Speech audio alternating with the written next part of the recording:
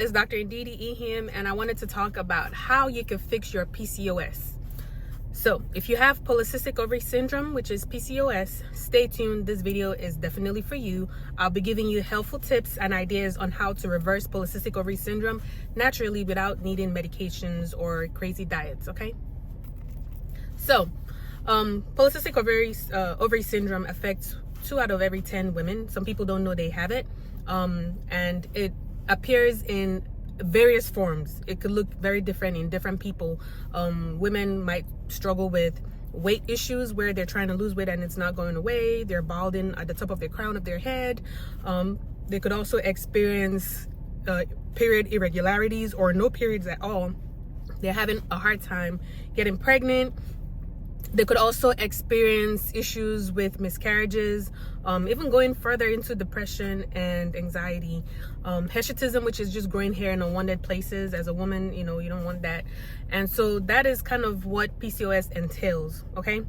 So, and acne, severe cystic acne. A lot of people don't know that what they're going through, if they have these symptoms, is called PCOS because it's happening in different ways. So, with me, I was never diagnosed with PCOS, but I had all these symptoms happening at different points in my life. And you don't have to have all the symptoms together, right? You could have a couple of them occurring together, but it doesn't mean you have to have all of them, okay? So if you have 2 or more out of these, then most likely you might be dealing with that. So I had severe cystic acne for a very long time. And for me, it was, maybe, it's you got it from your parents, or stop wearing makeup, and I stopped wearing makeup and it's still not going away, and it's like acne that just goes on for a long time.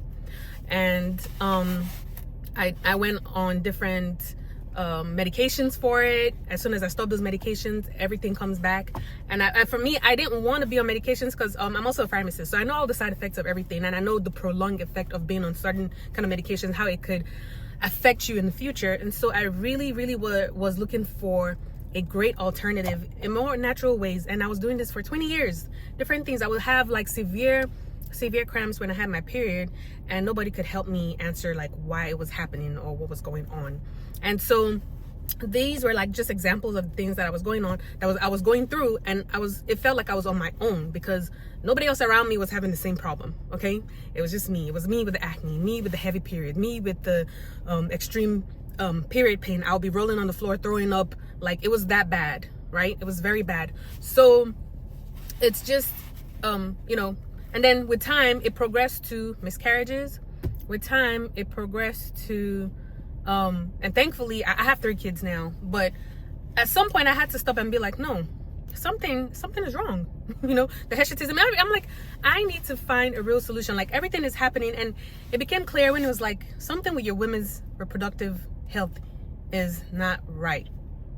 And so I found functional medicine. A good friend of mine, she put out her story on LinkedIn. I was like, oh, how did you get into this? Reversing something you've been experiencing for years naturally without medications. That was my main aim, because I had gone on YouTube. I was watching videos. I was trying vitamins here, there, and nothing was really sticking. And so I found functional medicine, and that's how I've been able to reverse it. I can't remember the last time I had like a period cramp. My periods are back to, like, I won't say back because they were never like they're like a normal flow. I have 3 kids today. I could go out without like bumpy face of, my face looking like a pizza tray. The acne is gone. So it's kind of like, what happened? How did I fix polycystic ovary symptoms, right?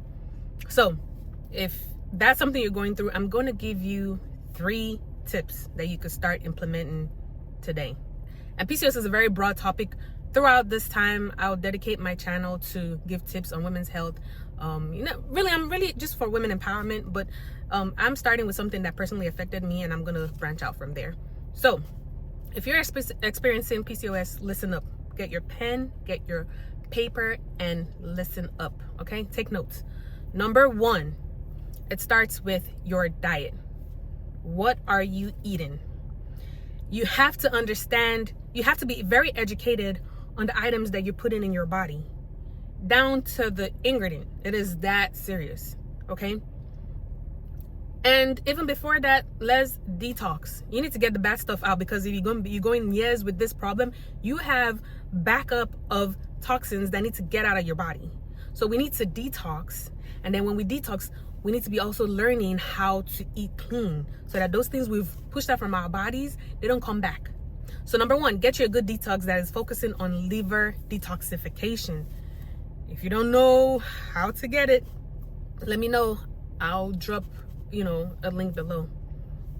Once we detox our liver, because the liver is the organ that is responsible for cleansing out toxins and poisons and things like that have been backed up in our system, then when we're eating clean stuff. Okay, so number one, detox, learn how to eat clean.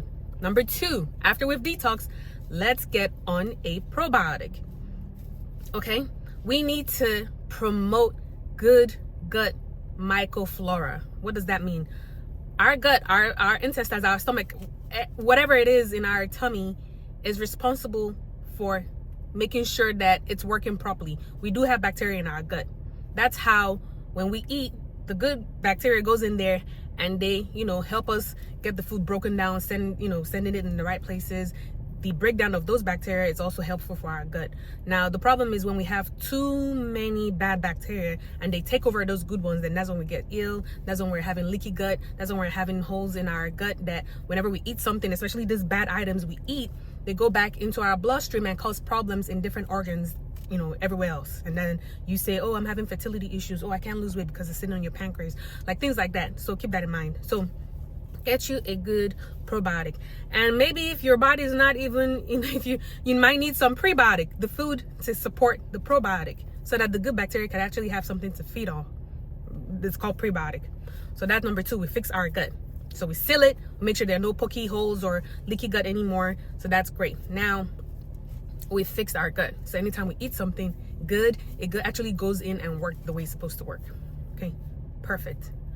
Number three, we need to make sure that we're supplementing very well. There are a lot of women I speak with, and when I'm telling them the kind of food items they need to be eating, they don't like it. They don't like the vegetables, they don't like the greens, they don't like the colorful rainbows on your plate. And so that's the part of the problem, is if you're not getting the nutrients you need in your diet, you need to be supplementing so that it could go into your body. So for women with PCOS, supplements like inositol is very great, especially for insulin resistance, where it's affecting your blood sugar from going or working the way it's supposed to work. And so then that causes weight gain. So if we could make our insulin become more sensitive so that whenever we eat something, it goes to the right place and, cleanse out from our body and whatnot, good. And insulin, when it's high in our bloodstream, it also promotes androgen levels to be high, which in PCOS, that's mostly a problem. So we need all of that to come down. So that's why we need to be supplementing well. Inositol is good. Having a functional multivitamin that has everything that you need, and you can find some that have the inositol in there, some that will help with your blood sugar being more sensitive, the B vitamins that you might need, you might have some with vitamin D. Like all of these are important. Vitamin D is so important when it comes to like activating our hormones and making sure that they're working properly. Most people will not know that they have problems with their hormones or supplements or vitamins or whatever until they actually do a lab test. So if you have the money, go ahead and do that. Just get it out of the way, know what you're going through, fix it, and move ahead. If not, then supplementation, a daily supplementation will be great for you. If you need iron, get on iron. But the point of it is, don't go, especially when you're not eating right, you're drinking the sodas, the sugars, the sweets, candies here and there, somebody's birthday, somebody else's birthday tomorrow, whatever. You need to be supplementing. You need to detox. We need to fix our gut, and you need to be supplementing very well. In all of that, make sure you're resting and getting good night's sleep. If you implement these 3 tips and give yourself about 4 to 6 months of consistency to really work on it, you will start seeing a change. Do not just stick with it for a few days or a few weeks and then say, oh, it didn't work. You need to give it some time. So that is my tip for today on how to fix your PCOS.